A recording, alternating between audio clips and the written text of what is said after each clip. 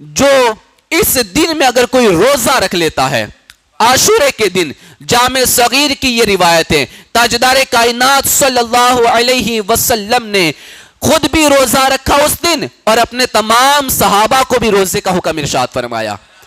اور میرے آقا نے فرمایا سومو یوم عاشورا یوم کانت الانبیاء تصومہ۔ میرے آقا فرماتے ہیں اے میرے صحاباؤ، عاشورے کے دن روزہ رکھا کرو، اس لیے کہ اس دن تمام انبیاء کرام روزہ رکھا کرتے تھے۔ انبیاء کرام بھی اس دن روزہ رکھتے تھے، حضرت موسیٰ علیہ السلام بھی اس دن روزہ رکھتے تھے، حضرت عیسیٰ علیہ السلام بھی اس دن روزہ رکھتے تھے۔ مصطفیٰ کریم کے دیوانوں، بلکہ فرمایا گیا پورے سال کے اندر رمضان شریف کے بعد اگر کوئی افضل روزہ ہے تو وہ عاشورے کا روزہ ہے۔ سب سے افضل روزہ، سب سے بابرکت دن یہ عاشورے کا دن ہے۔ پیارے آقا صلی اللہ تعالی علیہ وسلم کے پیارے دیوانوں، آقا کریم صلی اللہ تعالی علیہ وسلم نے اس دن کے روزے کی بڑی فضیلتیں بیان فرمائی ہے، اور اس دن کے اندر عبادتوں کی بھی بڑی فضیلت آئی ہے۔ نزہۃ المجالس کے اندر بھی یہ بات موجود ہے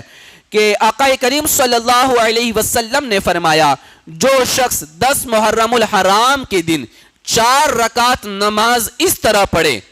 کہ ہر رکعت میں الحمد شریف کے بعد قل هو اللہ احد کی سورت کو 11 مرتبہ پڑھے، کتنی مرتبہ؟ 11 مرتبہ پڑھے تو اللہ تبارک و تعالی اس کے پچھلے 50 سال اور اگلے 50 سال کے گناہوں کو معاف فرما دیتا ہے، اور اس کے لیے قیامت کے دن اللہ ایک نورانی ممبر کا انتظام فرمائے گا، نورانی ممبر اسے عطا فرمائے گا۔ اور فرمایا جو شخص عاشورے کی رات میں،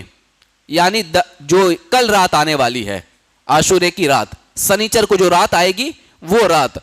10ویں رات، جو شخص عاشورے کی رات میں 2 رکعت نفل پڑھے قبر کی روشنی کے واسطے کہ اللہ میری قبر میں روشنی عطا فرمائے میری موت کے بعد، 2 رکعت پڑھے قبر میں روشنی کے واسطے، تو پھر اللہ تبارک و تعالی قیامت تک اس کی قبر میں روشنی عطا فرمائے گا۔ اور اس کی ترکیب یہ ہے کہ ہر رکعت میں الحمد شریف کے بعد 3 مرتبہ قل هو اللہ شریف پڑھنا ہے، 2 رکعت پڑھنی ہے اور الحمد شریف کے بعد 3 بار قل هو اللہ شریف پڑھنی ہے۔ مصطفیٰ کریم کے دیوانوں، یقیناً ان تمام نمازوں کی برکتیں انہیں میسر آئے گی جو ان دنوں میں 5 وقتہ نماز کی پابندی کیا کرتے ہیں، اس لیے نمازوں کی پوری پابندی کرے۔ اب یہ نہیں کہ 5 وقت کی نمازیں نہیں پڑھی اب رات میں یہ پڑھنے کے لیے بیٹھ گئے تو پھر اس کی برکت نصیب نہیں ہوتی ہے، اس کی فضیلت نصیب نہیں ہوتی ہے، کیونکہ یہ نفل نمازیں ہیں۔ نفل ہر نماز فرض نماز ہوتی ہے اسی کے بعد قبول کی جاتی ہے، اگر آپ کی فرض نہیں ہوئی تو آپ کی نفل قبول نہیں ہوتی ہے۔ سلطان البغداد ہم سب کے پیر حضور غوث پاک فرماتے ہیں شب عاشورہ میں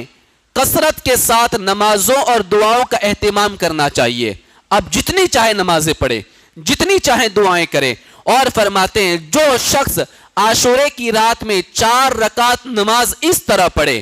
کہ ہر رکعت میں الحمد شریف کے بعد 50 مرتبہ قل هو اللہ شریف پڑھے، 50 مرتبہ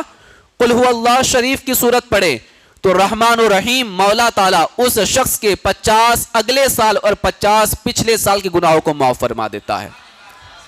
پیارے آقا صلی اللہ تعالی علیہ وسلم کے پیارے دیوانوں، اور پھر حضور غوث پاک فرماتے ہیں کہ جو یہ نماز پڑھتا ہے اللہ تبارک و تعالی جنت میں اس کے لیے 1000 محل تیار فرما دیتا ہے،